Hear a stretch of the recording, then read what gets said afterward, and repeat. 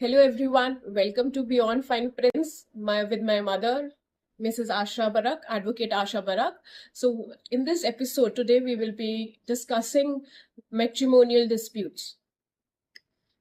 So recently I had personally received one of the few cases जिसमें लड़की की शादी हुई और उसके बाद लड़की अपने पग फेरा इज अ रिचुअल जो यूजुअली हम हिंदू कल्चर में होता है, तो पग फेरे के बाद वो वापस ही नहीं आई।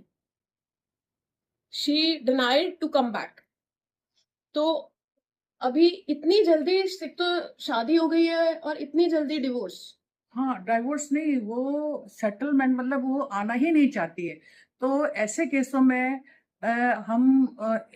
इसमें बहुत मैंडेटरी है ये कि हिंदू मैरिज एक्ट में 1 साल पहले हम कोर्ट में नहीं जा सकते हैं। अगर एक्सेप्शनल ये जो आप बात बता रही हैं, वो एक्सेप्शनल हार्डशिप है। Under section 14 of Hindu marriage act में 1 साल से पहले भी हम जा सकते हैं, लेकिन दोनों ही पार्टियों को, चाहे लड़का हो चाहे लड़की हो, दोनों ही पार्टियों को ये प्रूव करना होता है कि एक्सेप्शनल हार्डशिप है और उसके लिए हम आ रहे हैं, ये प्रूव करेंगे तभी कोर्ट आपको 1 साल पहले एडमिट करेगी उस केस को और फाइल करेगी, आपको डाइवोर्स का पिटीशन को आगे बढ़ाएगी। क्योंकि सेक्शन 14 की लीव एप्लीकेशन हमें लगानी पड़ेगी, तभी आपको डाइवोर्स की प्रोसीडिंग्स आगे देनी पड़ेगी। इसमें सबसे बड़ी बात क्या है कि एक जनरली होता नहीं है, लेकिन कई केसों में हमारे सामने आया भी है कि जैसे कि लड़की शादी होके आई है, मॉर्निंग में आई है और सारे हस्बैंड के घर के जितने भी रिचुअल्स हैं वो सारे हो गए हैं, लेकिन उसके बाद वो गई है अपने घर, फिर वो आई नहीं है।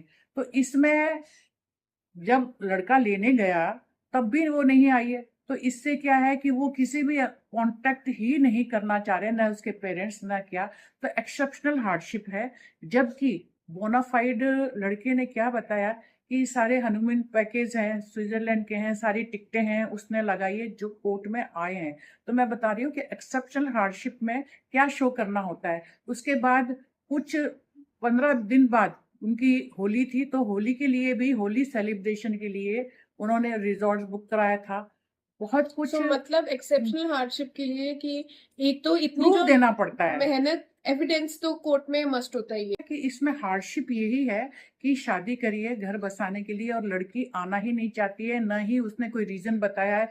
इवन न ही पेरेंट्स बात कर रहे हैं, न ही बिचौलिया बात कर रहा है। तो आप 1 साल पहले सेक्शन 14 की लीव एप्लीकेशन लगा के डाइवोर्स के केस फाइल कर सकते हैं और आपको ये डाइवोर्स मिलेगा अगर आपको प्रूव हो जाता कि ये एक्सेप्शनल हार्डशिप है।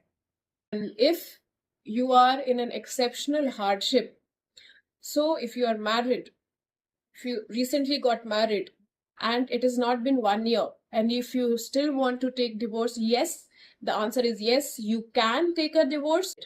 Thank you.